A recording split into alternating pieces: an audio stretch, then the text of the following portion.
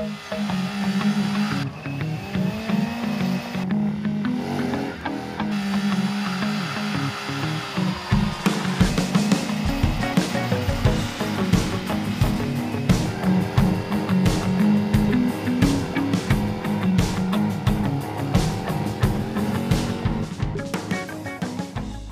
Spyder F3, Polaris Slingshot, and Morgan three-wheeler.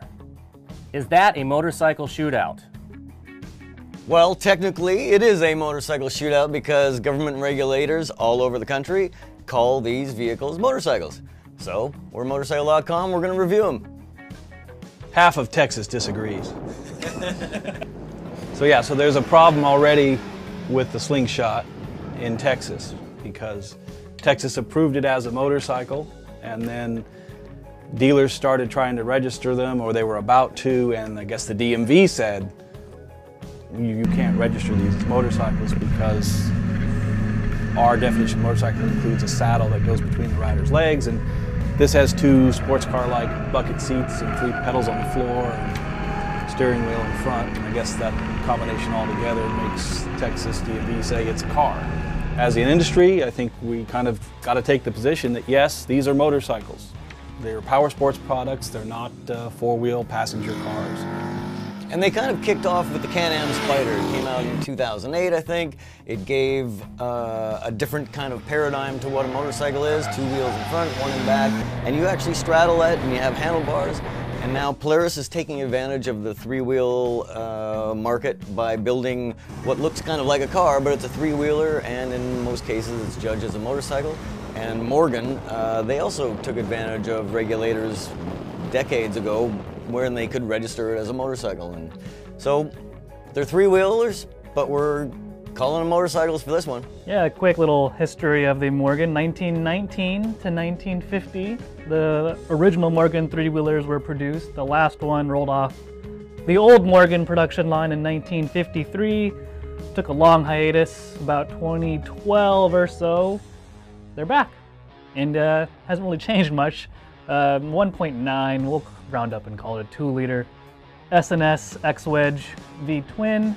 I think we could all agree the smile it put on her face was from ear to ear, correct?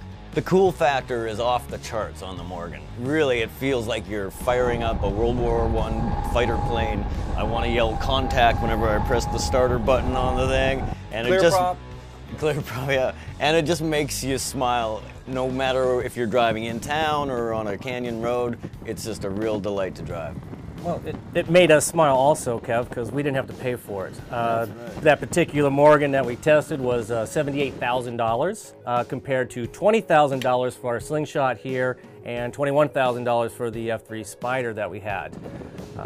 Getting back though to the car versus motorcycle thing, technically we have motorcycles here, you know, according to the DMV, but bucket seats and a steering wheel do not make a motorcycle as far as I'm concerned. And when we are out testing these the other day and the public was coming up because these generated tons of attention, especially the Slingshot and especially the Morgan, no one looked at these as motorcycles. They looked at them as cars. And I would have to agree with the general public. That's, you know, kind of where they fall. At least in California, we know for a fact that you can drive these in the HOV lane. You do not have to have a motorcycle endorsement.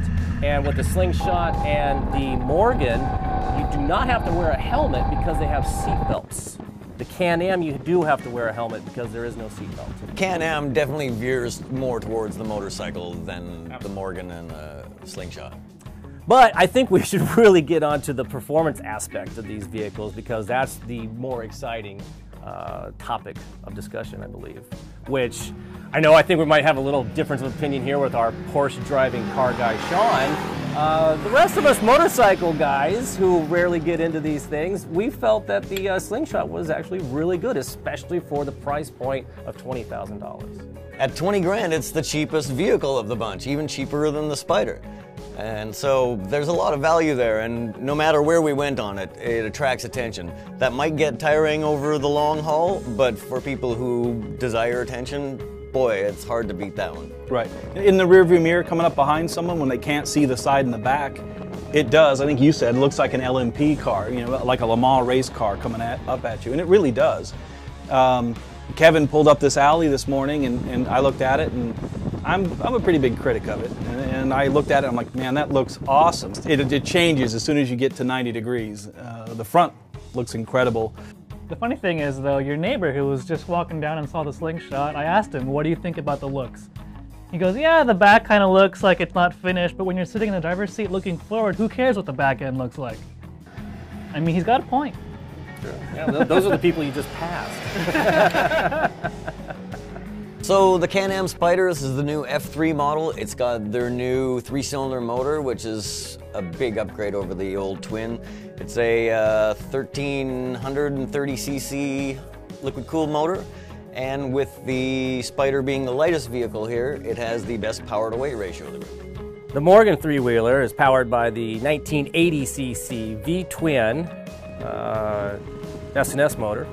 Air-cooled, yeah, and it's positioned right up front, probably the best positioning for an air-cooled engine ever. All right, well, the Slingshot's a little different. Slingshot's powered by a 2.4, 2.38 liter GM Ecotec motor. It's a car engine. Fairly lightweight, aluminum block motor. Makes great torque, 166 foot-pounds at 4,700 RPM, 173 horsepower, 6,200 RPM. Now those aren't dyno numbers, those are crankshaft numbers. You got to figure 15% driveline loss for all of these. Transmission-wise, I did think we should mention that the Morgan and the Polaris are your kind of standard shift 5-speed pattern. The Can-Am, on the other hand, is going to be your motorcycle, you know, hand clutch with a foot shifter, or you can do the SE5 transmission, which gives you the push-button apparatus up here, which is actually really cool. The Slingshot's got a rotary shifter. The Morgan's, the tranny's from a Mazda Miata, and it is one of the best gearboxes ever put in a motorcycle. It's really nice on that. Yeah, the Morgan's not worth $80,000, but it's definitely worth more. You know, not $80,000, but it does everything right. Troy got sick of hearing it coming down off the mountain as we wedged ourselves into that Morgan. And I just kept saying to him, as the shift knob flew off into his lap, I kept praising. It does everything right. It does it at a low limit. What'd you say, 0.74 Gs on the skid pad? That's deliberate, of course, for chassis safety. Morgan puts nice suspension geometry in the car. The steering feels awesome. The transmission feels awesome. It's a very rewarding car to drive, even fairly hard. But the limits are low because they deliberately don't put sticky tires on it to keep it from upending itself. But it has no bad habits. It's very honest, fun car to drive. A little tight fit for me, but what isn't? It's a tight fit for us. Yeah.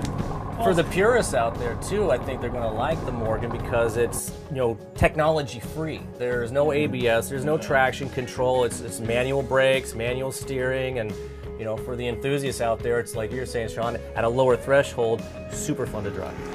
Yeah, I think the Spyder was more like a sailboat. So it leans to the outside and turns. You're sitting on top of it. You're holding the tiller and maybe the main sheet line in one hand. It's kind of a neat, very different. It's not like driving a car, and it's not like riding a motorcycle. And the closest thing I can think of is like a racing sailboat, except that racing sailboats don't have electronics that jump in all of a sudden and start locking the outside front tire. There are three things that stood out to me with the F3. First, this is the best looking Can-Am Spyder ever. I think they did a really good job with the styling of it. The power to weight ratio, I think in some kind of a straight line drag race, it's going to leave the more car-like vehicles behind.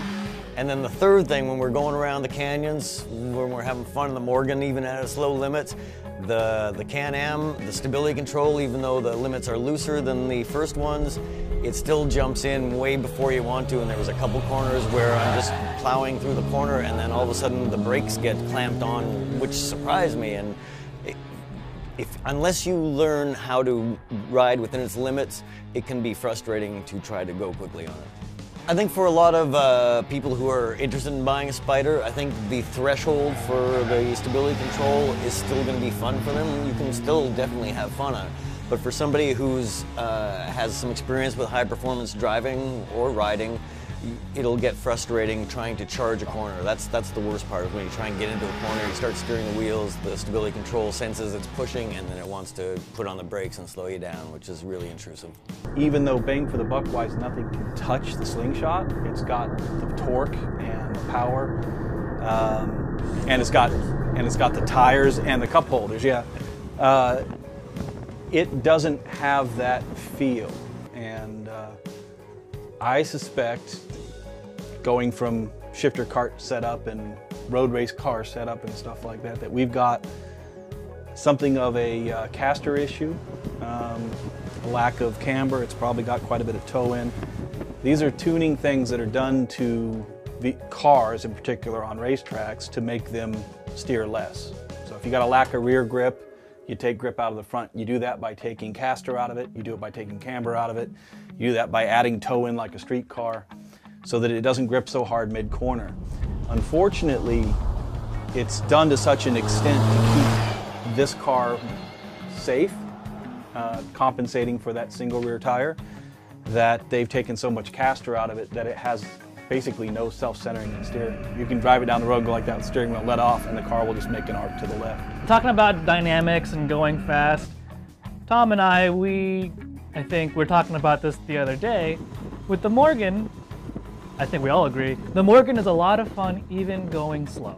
Right. Yeah. You can go slow in it, and you'll still have that smile from ear to ear. You can pick up the pace and you'll still have a smile, but it's not like, you know, I think for guys like us who are performance oriented, when we hop on the Slingshot or the Spyder, we want to go fast in it. It screams, hey, drive me fast or ride me fast, let's boogie.